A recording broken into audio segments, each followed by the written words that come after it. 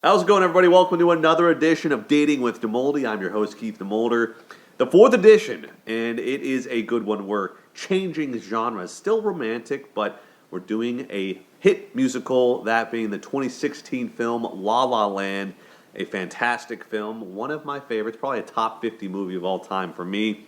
Fantastic visuals, great acting, Emma Stone, Ryan Gosling. We just did The Notebook, but we had to bring Gosling back again because he's just so damn good, you know. And then some people say I might look like Gosling. I don't know. You tell me. Maybe I'm off my hinges. But either way, we're talking about La La Land today.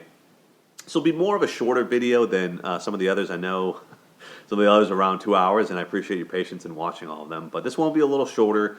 The main themes we're talking about today, a lot of it is about the idea, not necessarily of true love, but the idea of supportive love, the idea of two people loving each other even when it's hard, and also being willing to walk away for the sake of the other person. So similar to how we saw it with Lon and Allie in The Notebook, it's kind of the same thing with Mia and Sebastian here in La La Land. Spoiler alert, by the way. Yeah, they don't end up together.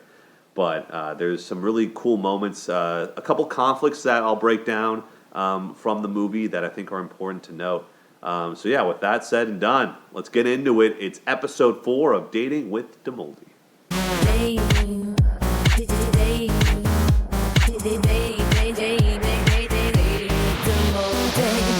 Keith is back for more, listening to what's in store. It's La La Land, the musical delight. Keith will tell you what's wrong and right. Me and Sebastian get you see things. Well, no one just stop dating with Demoldey.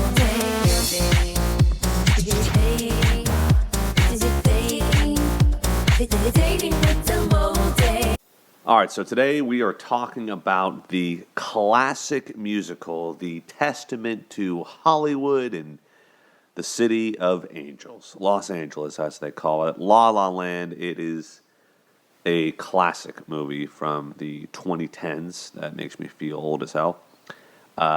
Classic musical based in LA, as we know. I'm not going to go super in depth into the musical elements, and this will be kind of a shorter video because a lot of it is singing and dancing and, and all that good stuff. But yeah, this was a movie I actually saw back when it came out. They actually, that's kind of a funny story. They shot the movie theater scene where Mia goes on the date with Sebastian, Seb, and they're in this movie theater, and she skips out on the date with her boyfriend, I guess she's saying, and they go and watch this movie. That theater is called the Rialto Theater. It doesn't show movies anymore, but it's a very historic theater in the city of South Pasadena, where I actually used to live during college. And coming soon, I will be writing. Well, I've been writing this book about the theater. Not it's a fiction work. It's based on the theater. It's not actually about the theater, but it's kind of inspired by the theater because I would drive by that theater every day after school, every single night, seeing the marquee lit up. I just think it's a super cool marquee in theater and a testament to the way things used to be. I actually have taken a tour inside of it and been through it and saw the actual seat where they filmed the scene. So got a little cool personal connection with the movie. I actually watched a movie in the theater for a special occasion. It was Singing in the Rain, the classic old school movie. I love that movie. Super fun. Saw it with a former partner, so it definitely has a little bit of sentimental value. But it's a great movie overall. La La Land, I think, has that great blend of current times and also that classic 1940s golden age movie magic. So, anyway, I love the movie. I think it's really fun. I'm not super big into musicals, but this is one that I thought was really well shot, directed, acted. Music was good, not too over the top or annoying. So we have a couple themes here in this video that won't be as long, but it will still be a decent amount of themes. We got 6 of them. First one being there's no such thing as bad press. That's the first one. The second one is that love can change your life. And I know that seems pretty standard, but what I mean is the sum of two parts is bigger than when you're alone. I guess that's kind of the theme. That love can, when you're with someone, your sum is greater than just being by yourself. You can do so much more. Your potential is so much higher when you're with someone versus when you're not, when you're by yourself. So we'll see that in the movie. Number 3, love means showing up. Big time theme for sure. Number 4, having 2 stars is hard. Number 5, conflict in good faith is essential. Number 6, it's possible to love someone, want the best for them, and care about them without being in love with them. So those are our themes for the video today. Let's first get into the first theme. There is no such thing as bad press. So we see it in the kind of beginning stages of the movie where you see Sebastian honk his horn at Mia when she's in the car and they're in traffic. You think at first, wow, this is off to a terrible start. And then you see the scene where he's playing at the club or at the restaurant bar and gets fired, and she's taken by him. She sees him and was like, oh my gosh, like look at this guy.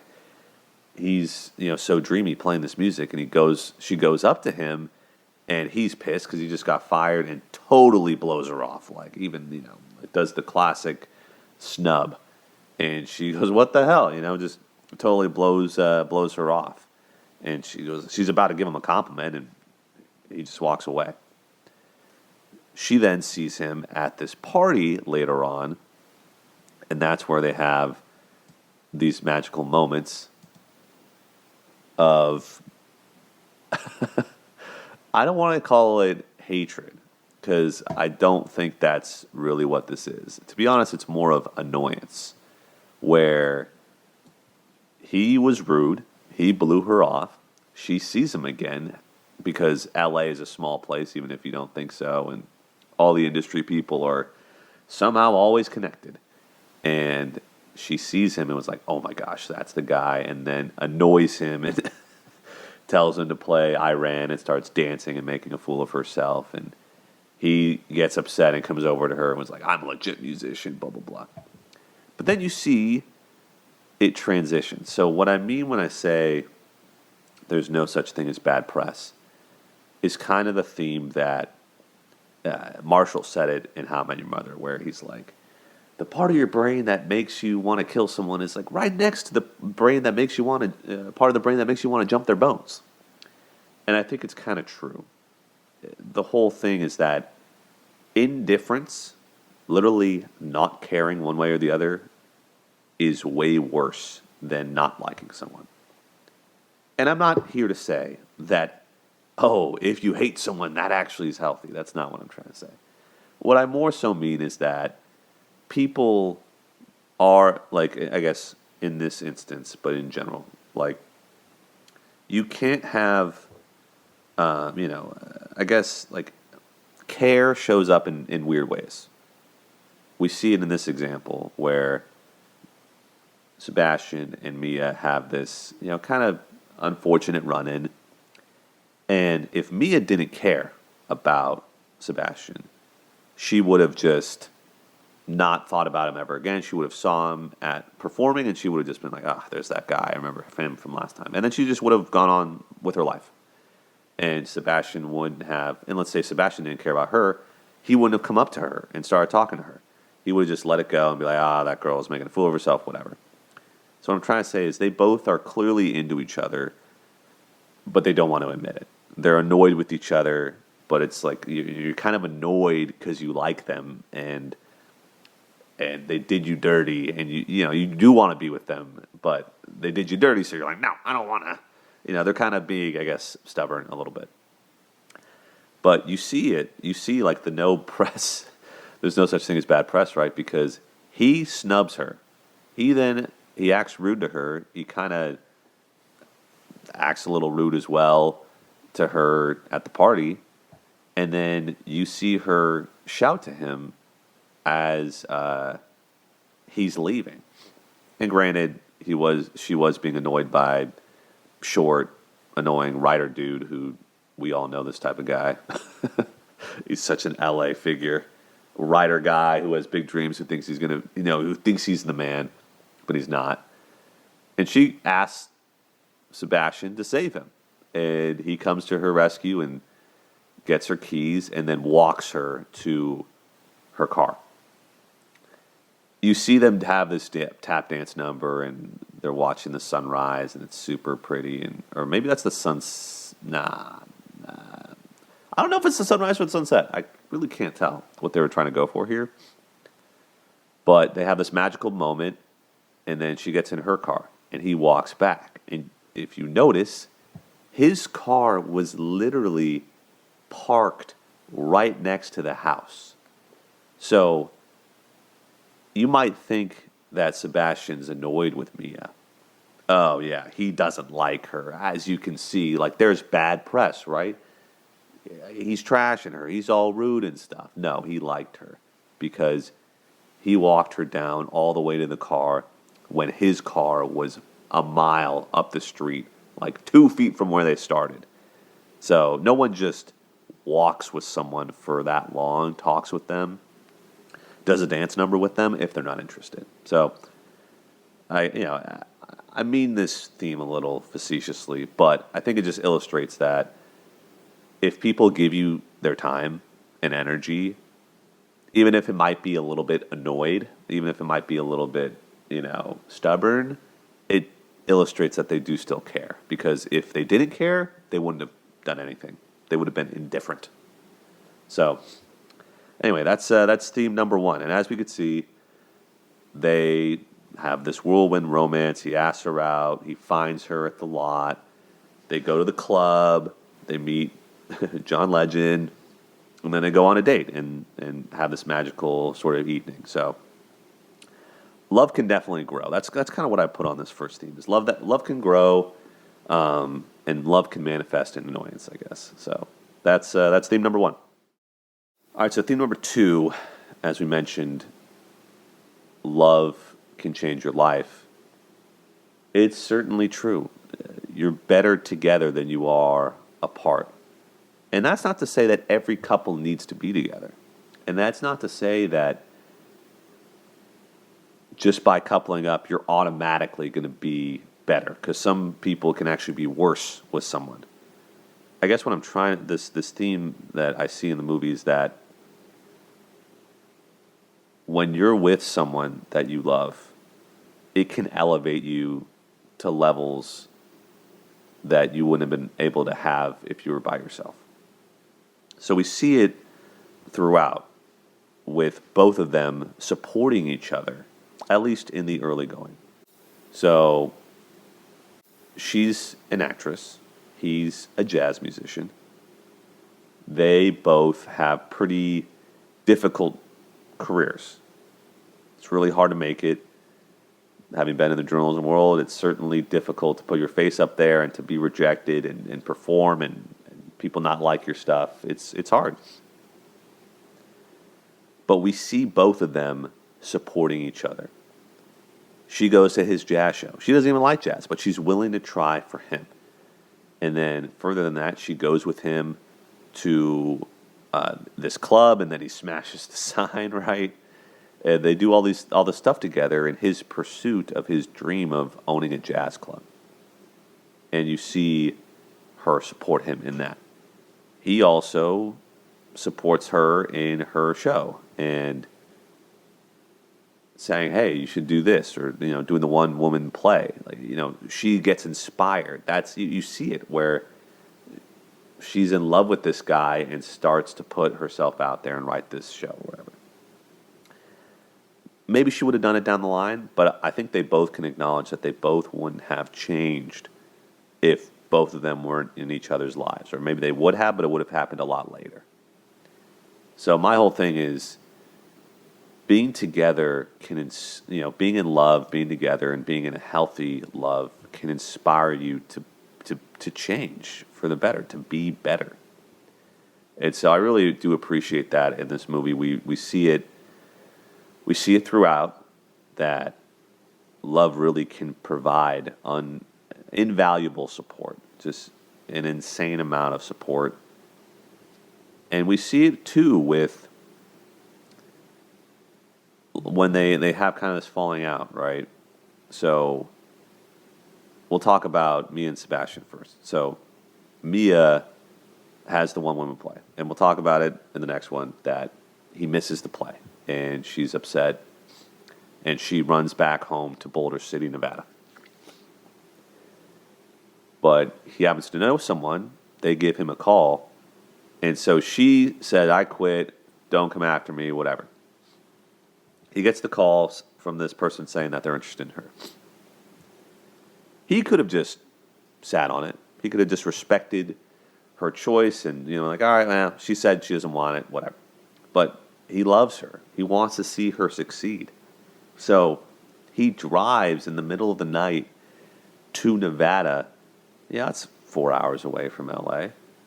And goes to, he doesn't even know where she lives, but just remembered the detail, which is another great thing he does, is remembering details from stuff she said about living across the street from the library. So he's honking his horn outside, because that's the thing he does, and finds her and is like, you're going to do this audition. I don't want to take no for an answer. And then, I guess, found a hotel, doesn't sleep at her place, found a hotel or whatever, and then got some coffee in the morning and drove her home. So that illustrates what love is. It's being selfless for each other, and they both inspire each other to be better, to go chase their dreams. It's the whole thing you see. You see a lot of this online with, the idea of a power couple, right? The idea of a couple who is, both parties are doing amazing things. That is the ideal. And this isn't to say that following dreams has to necessarily be getting a job or getting a job on TV or anything. It could be whatever your dreams are. But I think healthy relationships support each other's dreams. That's just what it is. So good partners support each other, and you see it in this way with Sebastian going to Mia and really inspiring her and giving her confidence to go and do something that's really scary. Because you see it plenty of auditions, she gets ignored. They say, I don't care about you. And he gives her the confidence to go pursue it. Another scene, and we'll get to this later, but another scene that's pivotal is the scene on the bench, where it's kind of like a breakup scene. But you see it where she gets the audition and she's waiting to hear back from this movie. And she goes, what are we doing? Like, where are we? The dreaded relationship question. And he says, because I think she's shooting in Paris, if I'm not mistaken. And he said, oh, well, there's plenty of jazz bars in Paris.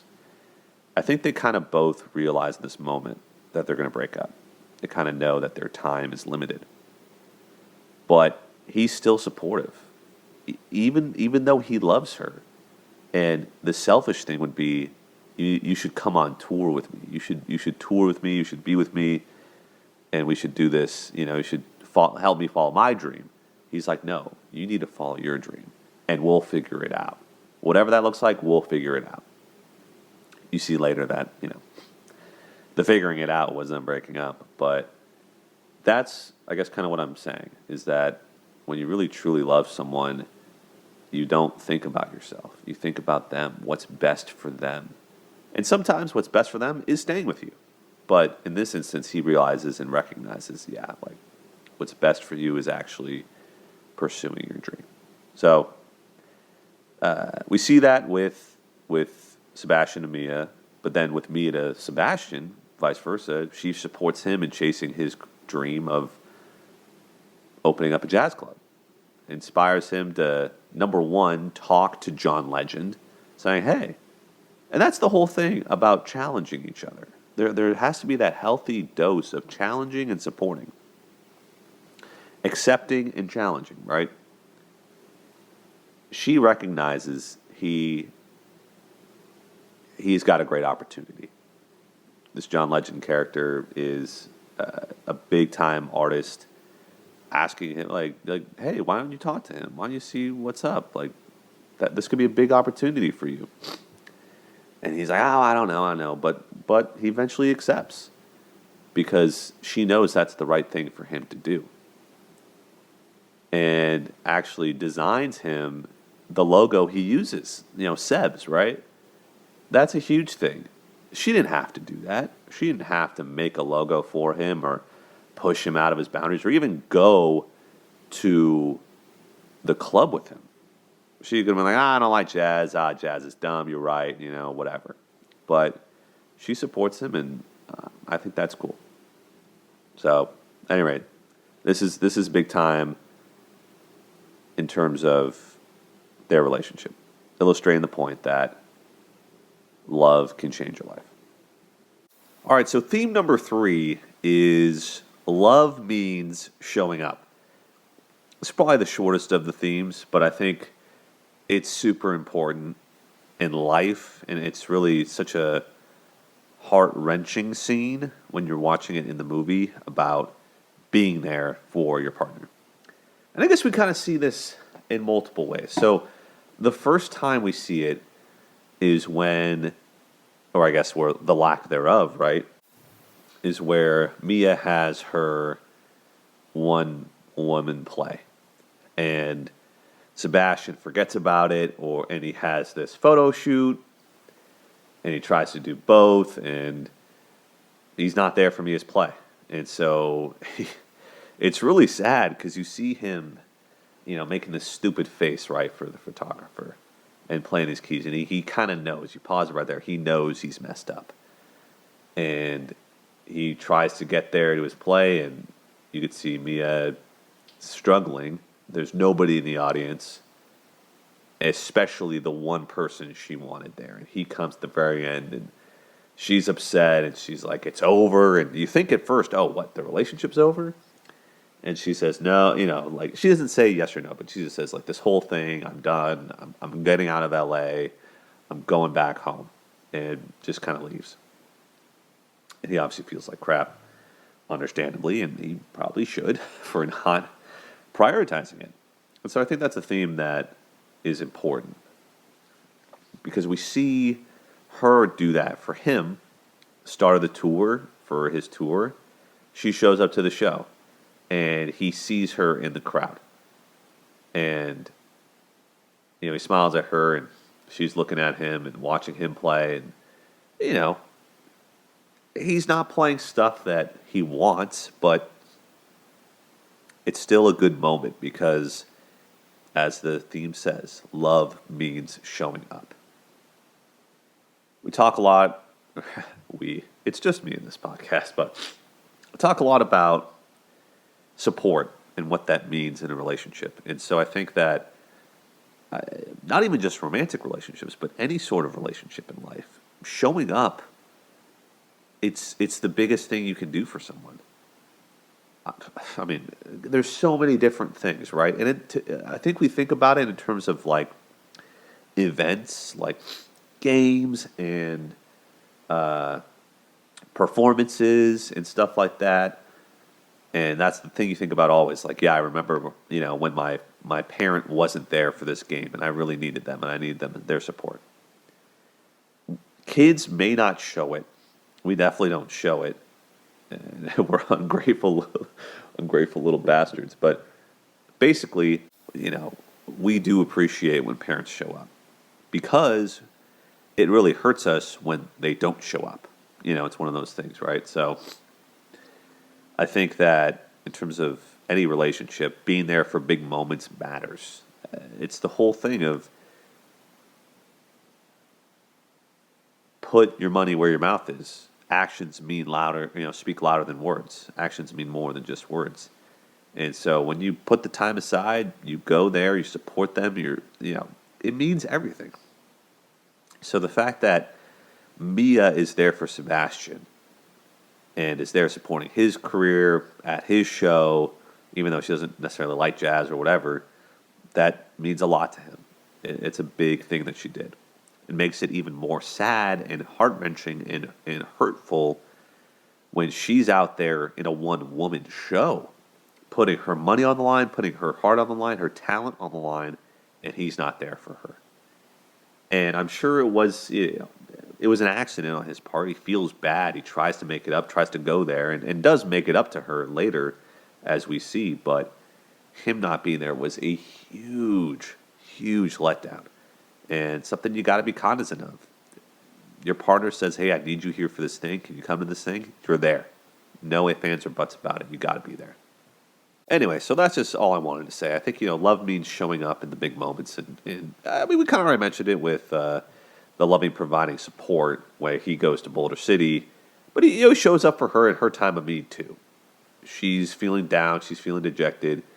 And he goes to her in Boulder City and tells her this news. He could have just called her. He could have texted her or whatever. But no, he goes there and gets her back to LA, which I think is big. So, theme number 3. Love means showing up. I think probably the second most important theme to this movie is theme number 4. Having 2 stars is hard.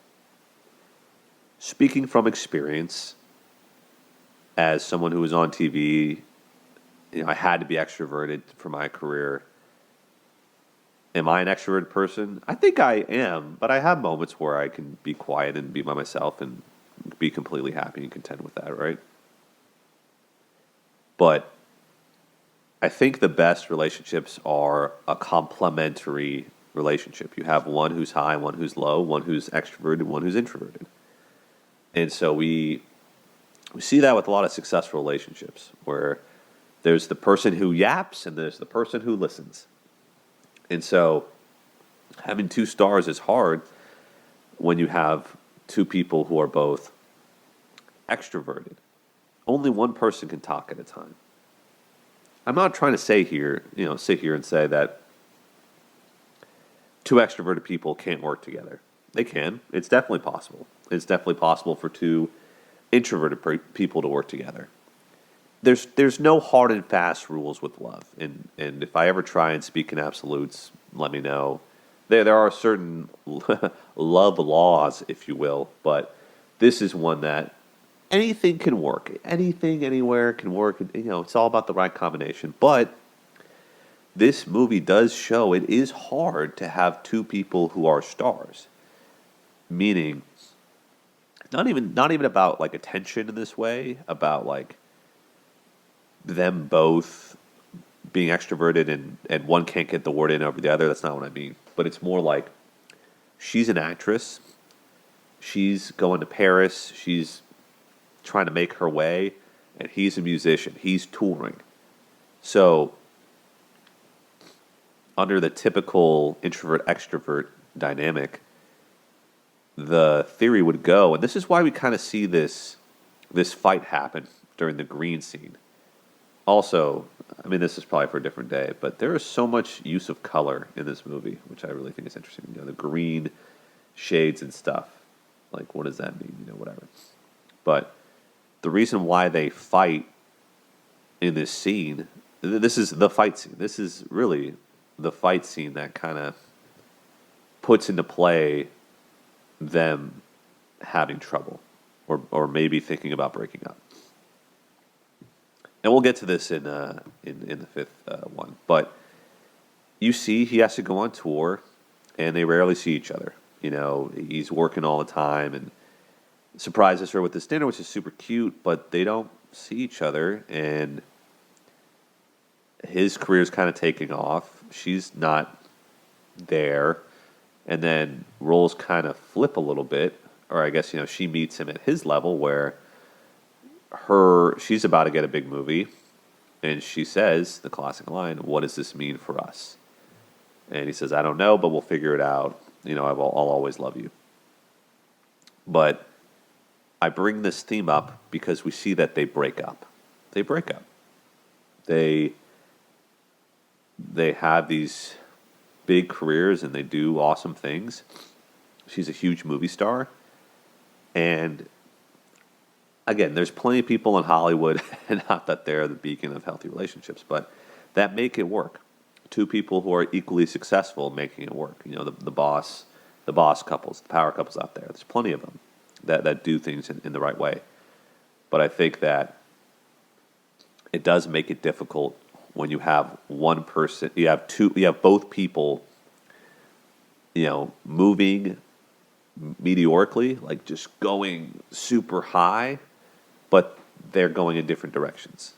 Like, if they both worked together doing films together in LA and they were from, let's say, Kansas or something, that'd be a little bit different because they're doing the same thing in the same place. But he's a touring musician, she's an actress, she has to stay in LA for work. He goes everywhere. So what I'm saying, like the two stars things makes it logistically difficult to sustain a relationship.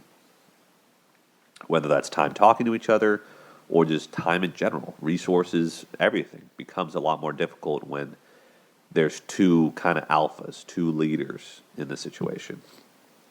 And this doesn't necessarily even have to be gendered specific, but I think that even when you're raising children, that becomes a major issue, right?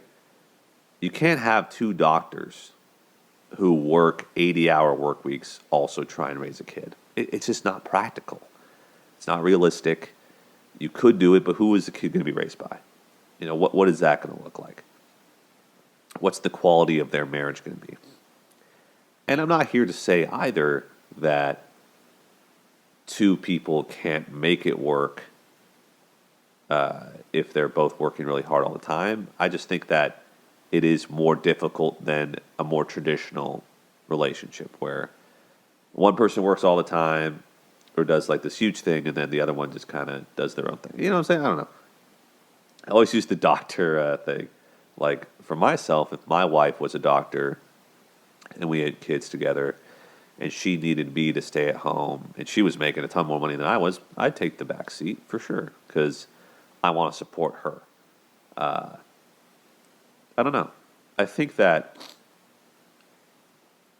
in this regard, it's hard to appease both people while also having a relationship be important too. And that's why we see Mia at the end with this guy. We don't know the story of them. I don't want to make any assumptions. But this guy seems like a solid dude. Doesn't seem like he's an actor or anybody famous or anything like that. So she's the star in their marriage. I don't know if he stays home or not, but appears to have a good relationship with his kids, and she's the star. You kind of see it at the end where Mia envisions her life if they stay together, her and Sebastian. But I don't know. I think that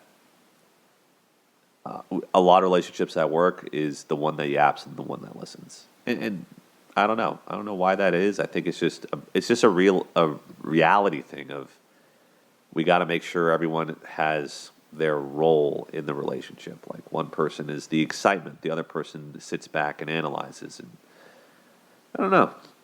I just think that this movie really illustrates that sometimes pursuing your dream means you have to let go of the relationship.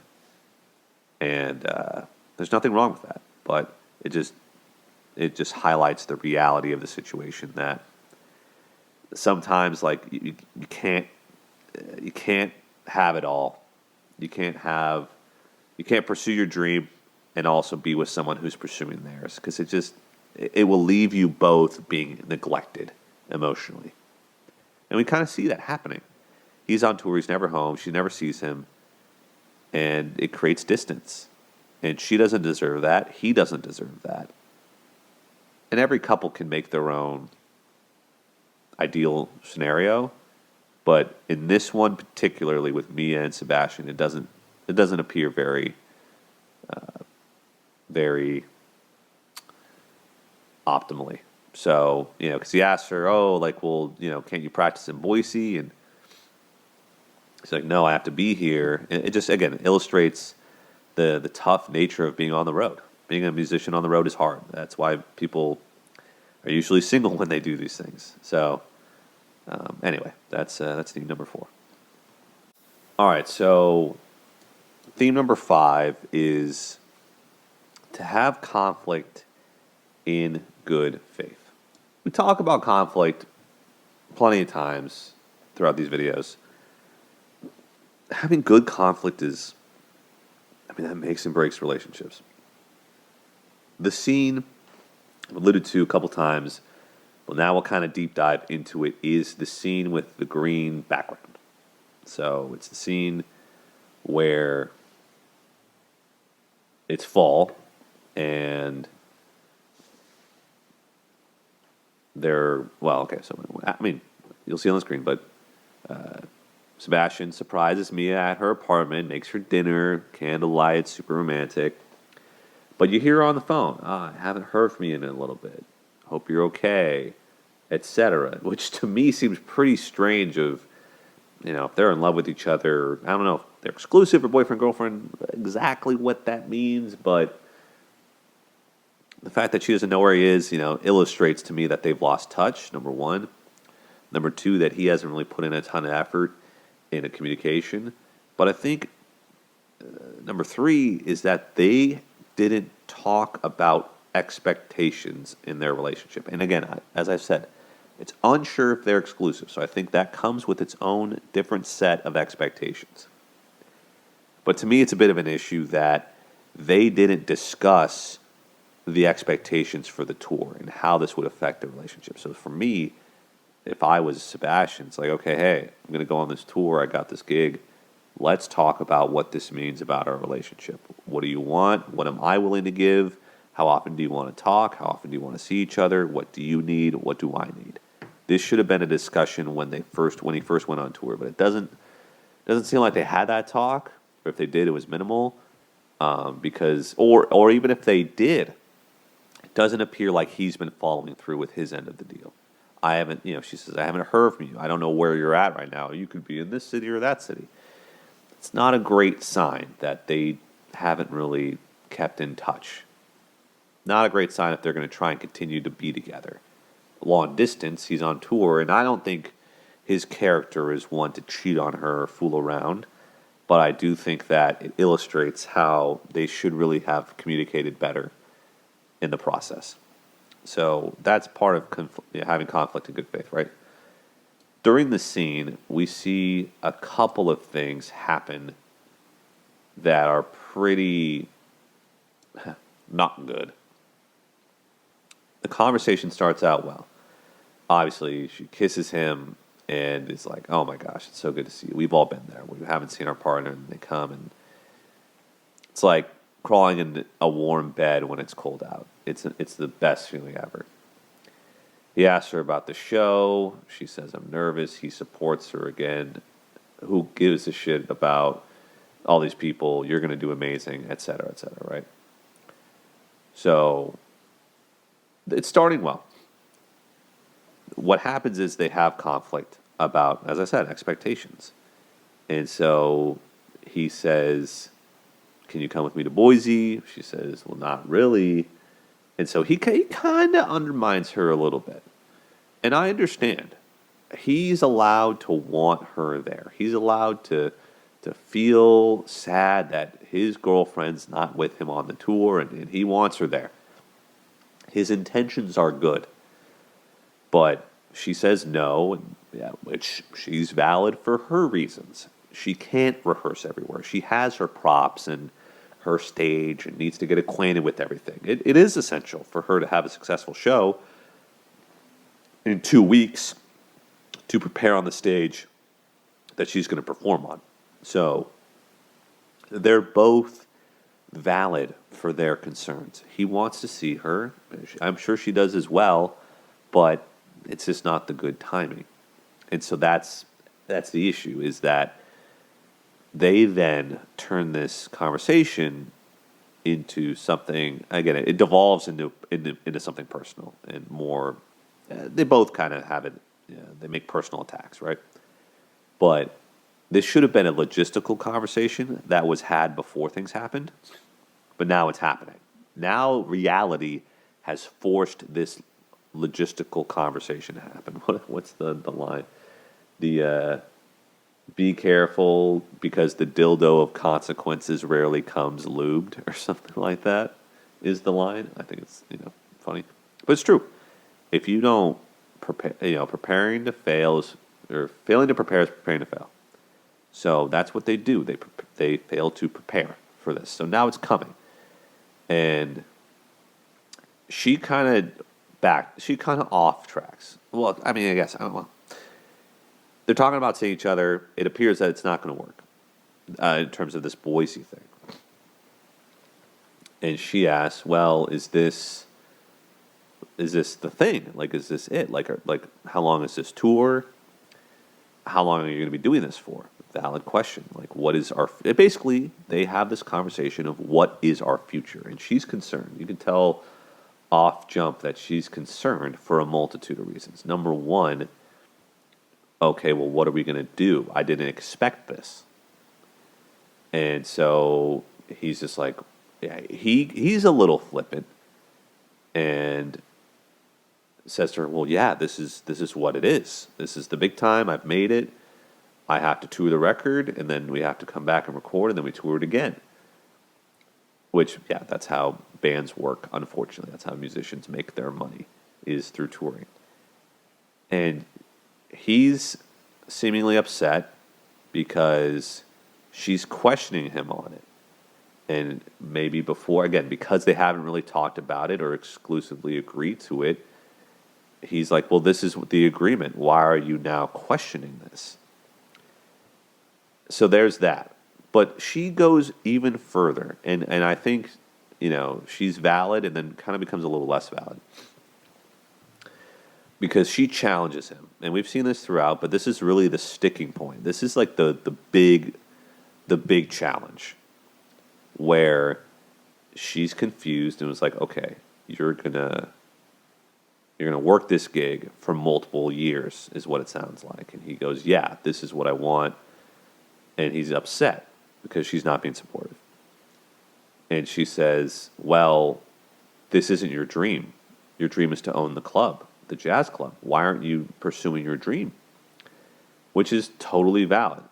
And she's holding him kind of accountable to his former dream, and she's misunderstanding. Well, wow, things have changed. Like you're not following this. Like, since when did you give a shit about what people think about you? And so she really hounds him. And you might argue, I think there's points on both sides to be said about whether, because you wonder on his side. All right, he's had this massive dream about owning a club, et cetera, and he didn't even want to play this neo jazz stuff that's not even real jazz, right? She's calling him out for compromising on his values, essentially. And so you wonder, well, did he change his mind? Because he's allowed to change his mind. He's allowed to change his beliefs about something, his thoughts on something. Maybe now he's a different person. He's toured and he thinks, actually, this is really fun. I really like doing this. I like playing in front of crowds. It's renewed this new sense, this new value in my life. I think sometimes people get attached to these dreams super hard and try and fit a round peg into a square hole, whatever you want to say, square peg and round hole. And I don't necessarily think that's happening here, but there's elements of it. He's looking for her support because this is what he wants to do, or maybe he's forced to do, and she's calling him out on it and saying, hey, this does not sound like what you want to do. This doesn't sound optimal. And I think, to be honest, I think she's kind of right. And we see it later. She's proven right. But I get it too. He wants to make money, and maybe he's been jaded by the world, and he's scared. He's scared of trying to make the club and people not liking it.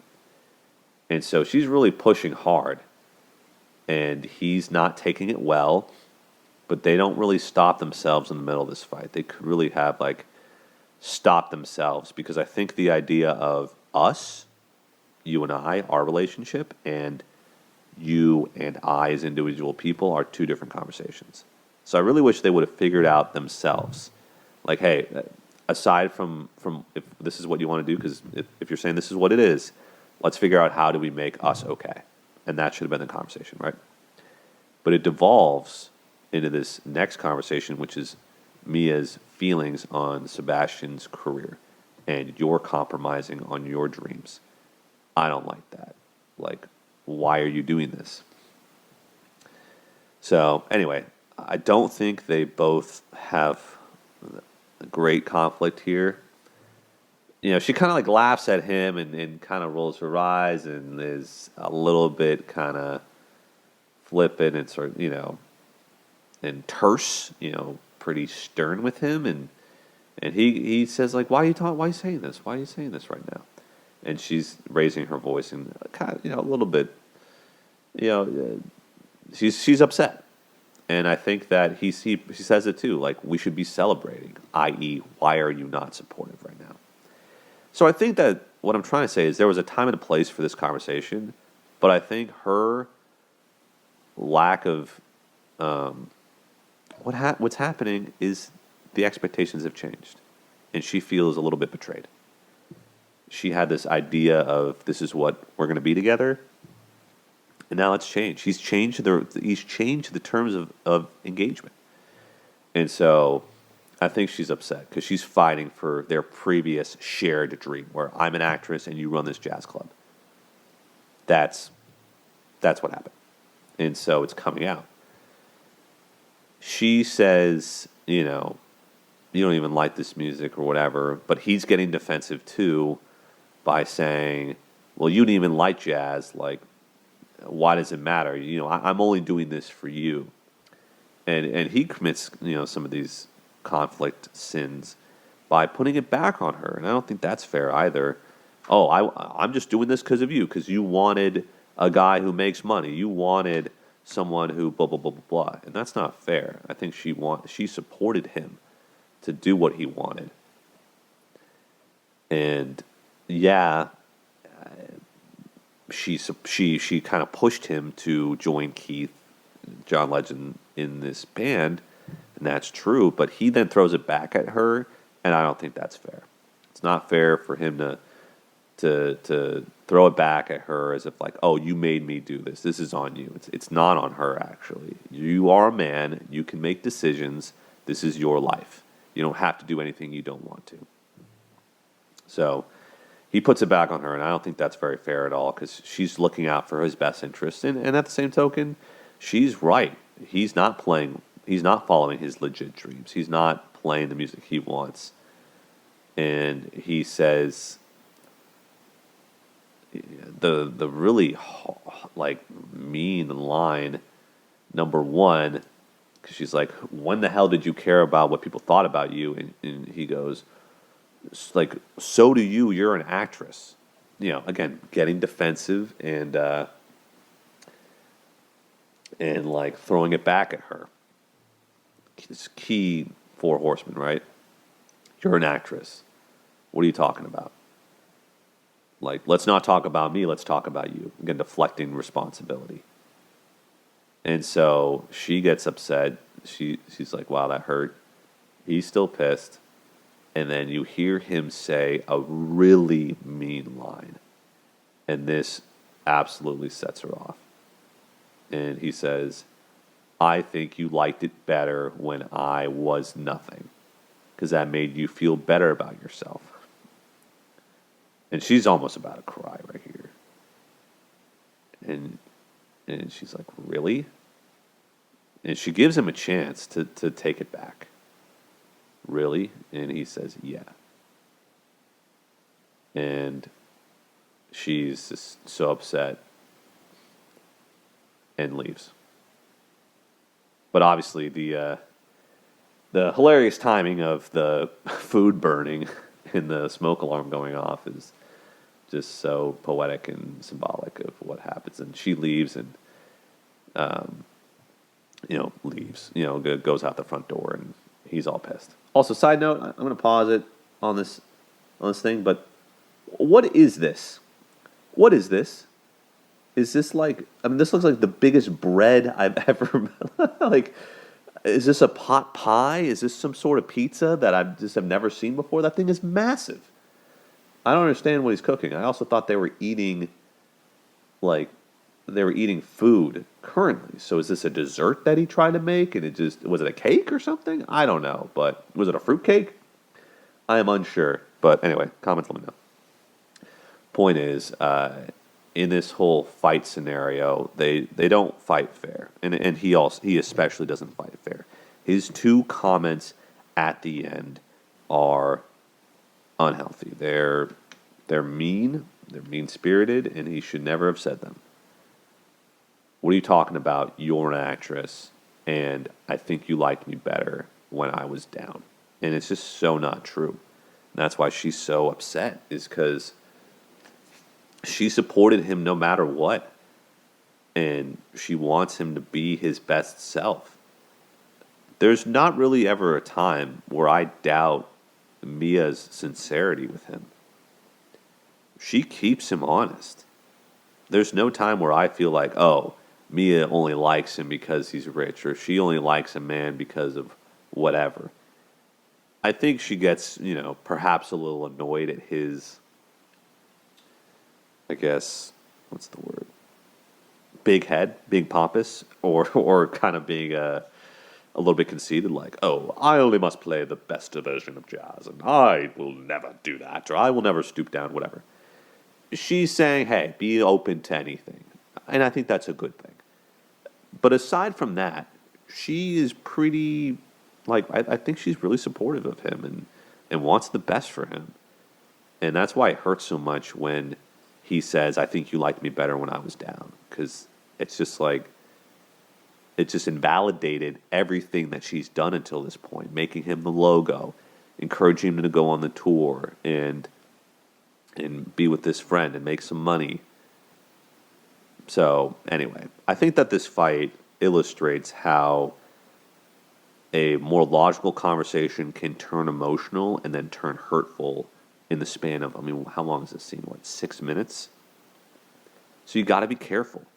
You got to be careful in the throes of conflict to not let things spiral, because you say shit you don't mean. You say things like, you liked me better when I was low. And I know he doesn't mean that. He's saying it because he's pissed. He's saying because he feels unsupported. But instead of taking a break and saying, hey, Mia, I'm getting a little bit dysregulated right now. I don't want to say something I don't mean. I think this is an important conversation. Can we return to this later? Or I need to take a break. Like, do you mind if I take a walk? Or something like that, right? That would have been better. But he doesn't. He's not aware enough. Or he could have said, hey, I'm feeling a little unsupported right now, and I would really appreciate your support in this. I do want to talk about our future, and I do have you in it, but I really need your support in this moment. Whatever it is, and that's the issue too, is the logistics don't really provide for that to happen. So, at any rate, that's theme number 5. You gotta have good conflict. You gotta fight fair. And she fights a little bit unfair, but he definitely does not fight fair. He gets put on the defensive and he lashes out at her, and that's not right. She doesn't deserve that. Neither of them deserve that. So that's theme number 5. All right, so theme number 6. It's a little bit of a long one, but it's rung pretty true in a lot of movies that I've watched, that you can always love someone, want the best for them, and care about them without being in love with them. You can love someone forever, but that doesn't mean that you will be in love with them. Lon and Allie, as we saw in the last video, a perfect example of that, right? And we see it with Mia and Sebastian. And I'm not going to, we'll get into this, but this is mainly the last half of the movie. So they have the fight. He follows her to Boulder City, encourages her to do the audition. She nails the audition. And then they have this pivotal scene on the bench overlooking the observatory. And it feels a lot like a breakup scene. but I think they do stay together a little bit longer, and they probably break up a little bit after that. It's unclear. We don't see it, so there's a lot of assumptions we make here. But as we see, she's a huge movie star. She's the one getting coffee from the barista on the lot, right? She's the one doing movies, etc. And it sounds like, oh, she's going to film in Paris and whatever. So we see this scene where Sebastian opens up his own club. So they both have this kind of happily ever after, which kind of goes back to the earlier theme that love can change your life, because we see both of them achieve their dreams, and it would not have been possible without them both, right? He's at his club with her logo, and she goes to the club not even knowing that that's his club. And you also see him walk right past her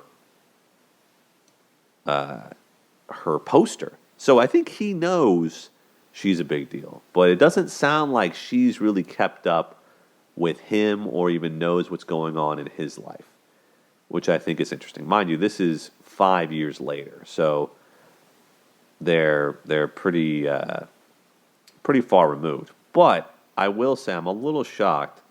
She has a house. I think it's an apartment, a classic spot, by the way. It's like castle spot. But she has a husband. She's married, and she has a daughter. The daughter looks pretty young. I'm a horrendous guesser at babies' ages, but I would assume she might be, I don't know, 2 at the most. I don't know, 3. Let's say she's 2.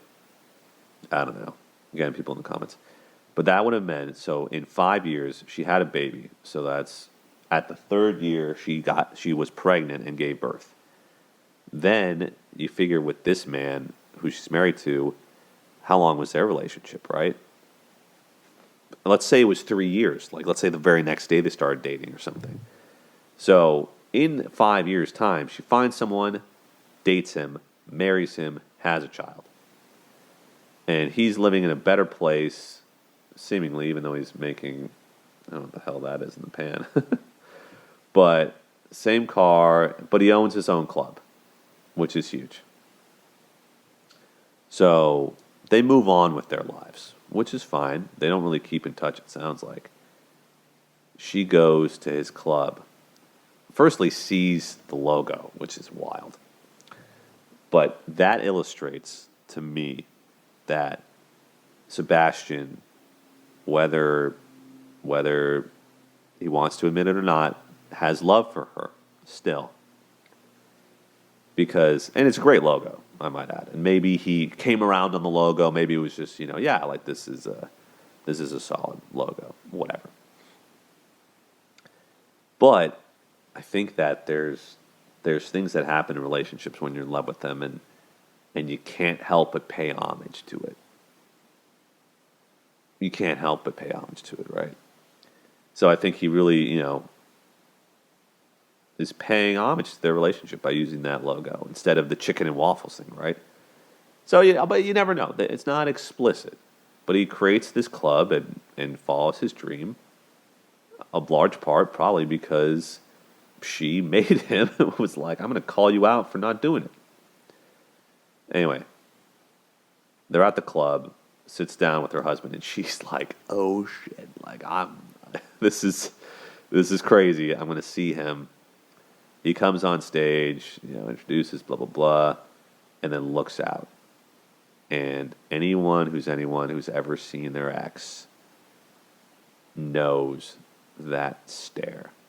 You see him looking out, and you see her, and people want to, you think in the moment that you start hyperventilating or something that's super dramatic, but to be honest, it's really more of an internal thing. And you look at her and you think, oh, she's like fine, but like you look at her eyes And you know that in this moment where your eyes are locked, that 1,000 different messages are being communicated, and time feels like an eternity. You're looking at each other, and time stops. It just happens. Time stops. It's an incredible feeling, unlike anything I've felt. But yeah, when that happens, and everyone's been here, you see time stops. And I'm surprised he was able to speak after that. I would have been absolutely in my bag. My voice probably would have cracked. But he goes, welcome to Sebs. And she's kind of freaking out. She might be breathing a little bit hard. And he's thinking of what to do. And of course, he starts playing their song. The song that they played together. So he plays the song, and then this dream sequence starts. And you got to assume that it's in her mind, because you see her, it kind of zooms up on her and puts the spotlight on her. And it goes back to the time when they're at the club, the bar for the first time, and instead of passing right by her, he kisses her. And it's magical. And this is the alternate reality where they live together and they're in Paris, and he supports her at her play, and they go and basically have this happily ever after. And it's super cool, very visually entertaining, but he's with her. He's a musician playing in all the places like Paris that she's traveling to act. And they fall in love, and they're together. And basically it's the dream scenario. I mean, it's a dream. But it's a dream scenario because all the realistic, pragmatic, practical things that broke them up are no longer. So they made it work in this reality. And she's now envisioning what would have happened if we made it work. And then they sit down in this theater, and she's pregnant, and they have a kid, and they own a house, painting the walls, and instead of her husband, it's him, it's me and Sebastian, the ones in the car, the ones leaving the sitter, the ones going to the club. And at the club, and she's got his hand on him. And they kiss. And then he finishes the last note. And then she comes back to reality. And she says, let's go. We need to go. Because she can't take it. I mean, that was a super emotional moment. He plays her song. I know everyone kind of rolls their eyes at people making music for joy. Like, oh yeah, babe, I made this song for you. But it's an emotional thing. It's an emotional thing to make music for someone you care about. So, at any rate, they have this look where, she's leaving, and she can't help but look back. And he's still at the piano, and she looks back at him because she has to. Has to look back at him one time. And then they lock eyes again. And it's this moment of, what does this mean? And the kind of theme is shown in this moment. They're locking eyes, and he smiles. Even so slightly. And she smiles too. And then he gives her a little nod, take it easy. And she kind of scrunches her nose and smiles bigger and leaves. And then starts playing, and that's the end of the movie. So, it's the question, what did that mean? What did the montage mean? What did the look mean? What did the song mean? Even as far as to ask, was she bored in her marriage? Why is she fantasizing about him? So these are discussions to have, and it all really does depend on your view on this scene. But I don't know. I think that it's hard to think. It's hard to know what's right, because a million things. They could think a million things. It's the same thing with the end of Inception. What does it mean? Did the top topple over, whatever. But I don't know. Maybe it's just maybe you can fantasize about someone and it doesn't mean anything. Maybe it's natural to fantasize about what could have been. Maybe it's natural to have those thoughts in the moment, but then leave. And I think you see him smile at her because he's like, "Hey, glad to see you're doing okay." She does that as well. That's that unspoken communication they have between each other. So yeah, I think I don't know. To me, it really does illustrate that you can always love someone and want the best for them, even if you're not in love with them. I think it would have been a little bit different if he didn't smile at her, and if she didn't smile at him, because that's illustrating to me like I'm unhappy, and then he'll be illustrating I'm unhappy too. I don't know if yeah, again, it's because but isn't that oxymoronic? Like, don't you usually smile at people you like? Yes, but this smile is different. It's a smile of like, hey, like, it's good to see you. I'm glad you're okay. Like, thanks for the memories. And they kind of say it at that moment on the bench, like, I'm always going to love you. And she's like, I'm always going to love you. So I think that's kind of what the ending scene at least was intended to be. There's arguments to be made both sides, but I think this was the intention. Was, hey, we both achieved our dreams. And obviously it ends right there, so it's such a cliffhanger. Like, oh, like, do they get back together? Blah blah blah. I don't think they do. I think she's pretty happy in her life. Usually, you don't. I don't know. I think if she really wasn't happy with her life, it would have shown. I think she would have found him. She would have reached out to him. I mean, it's been 5 years. She had a kid. You don't just have a kid because you don't want one, or because you're not over your ex. You have a kid because you've moved on.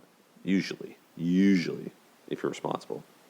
But I think in this instance, I think she's moved on, and he recognizes that and says, "Hey, good looking out." So, at any rate, that's theme number 6, folks. You can love someone forever without being in love with them, without being together for them. You can always wish the best, and that's what Sebastian shows. He says, "Hey, wish you the best."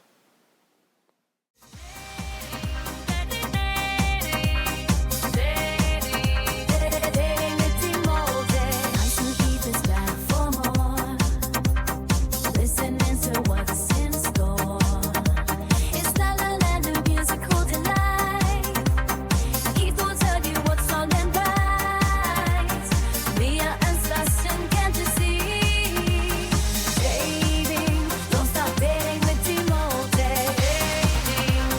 Dating with Demoldey. All right, so that's going to wrap it up for Dating with Demoldey. Appreciate you folks watching La La Land. I mean, it's a classic film. A lot more musical stuff than I remember, and to be honest with you, a lot less scenes than I remember. I thought there was a lot more, I guess, of the meat of their relationship, but evidently, no. A lot of it was the musical notes, and it broke it up into kind of these chunks in ways that I didn't really remember. So it was good to kind of look back and visualize these things. But I think what I learned from this whole movie really is that you can love someone and wish the best for them without being with them. And I just really praise Sebastian for being able to, look at her with her husband. And I mean, maybe he knows she has a child, but to give her that smile at the very end of like, hey, like, I still care about you, and I'm glad to see you're doing well. That little smile,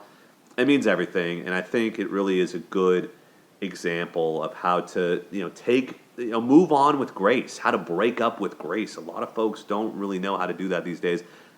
I'm included in that conversation, at least in the past. But I think it's really great to see to see breaking up with grace, and to see people being able to move on in a healthy way. So shout out to me and Sebastian for showing that, and shout out to this movie for illustrating that. So, and shout out to you folks for watching the movie, watching the film, watching watching this video. So thanks again for supporting. Appreciate you. We will be coming out with another episode soon enough. But for now, signing off, Keith Demoldey. Appreciate you. We'll talk to you later.